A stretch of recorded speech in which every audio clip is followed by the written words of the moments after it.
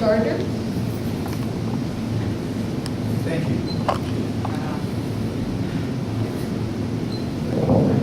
That sounds long.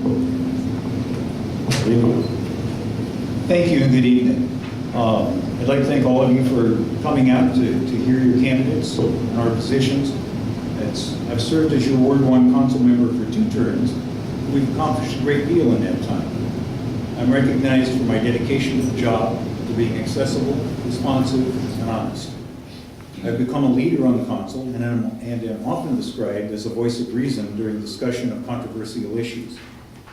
I'm able to work with almost anyone and believe I contributed significantly to helping bring the council back together after some pretty significant issues over the past couple of years. I'm a proven leader and have been asked by my peers to assume leadership positions on most of the bodies I serve on. This includes serving as chair of the State Seismic Safety Commission, the March Joint Powers Authority, the Riverside County Habitat Conservation Agency, and before I was elected, on the Community Police Review Commission.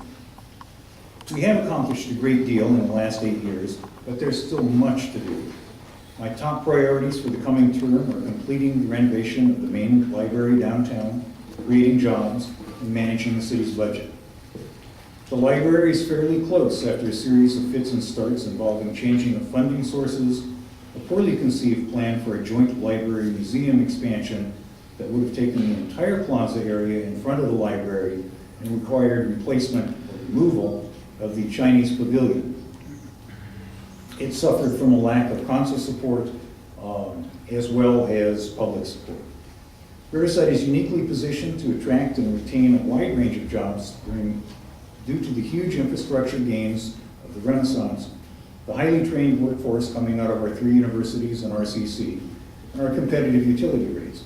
Just yesterday, CNBC announced Riverside was declared the best area in the nation for small business. Stand by, we're about to take off. Thank you. Mr. Podgorski?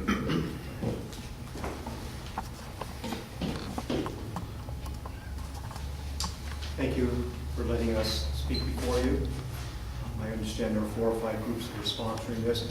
I think this is fundamentally about you and your future and your family's future going forward. What I like to say, this is about a tale of 2 cities. And I think that there are 2 versions in this tale of 2 cities. One version, which I believe Mr. Gardner will offer going forward, and by the way, I would like to thank him for his 8 years of service. But one version is clearly steady as she goes. It's not great, but it's not bad either. That's one version of our city.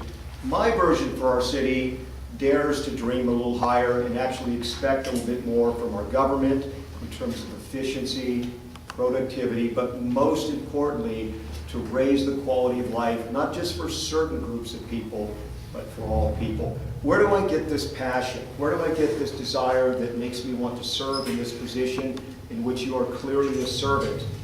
I think it comes from a couple of places. Number one is that my parents are immigrants, and I'm extremely grateful for the opportunities that I've been blessed to have since they arrived here. They spoke no English when they got here, and they've done very well for themselves.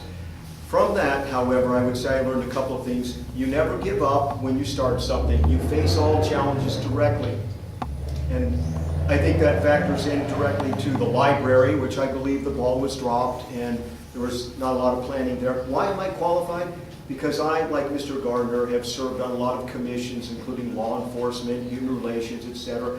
I have a graduate degree in economics. I've been in the private sector. What I'm going to ask you is I'm going to ask you to dream a little bigger and support me in my vision for Riverside, that second tale of the cities. But that vision is going to require that we actually work a little harder, and I'm going to need something from you. I'm going to need your vote. Thank you. Thank you.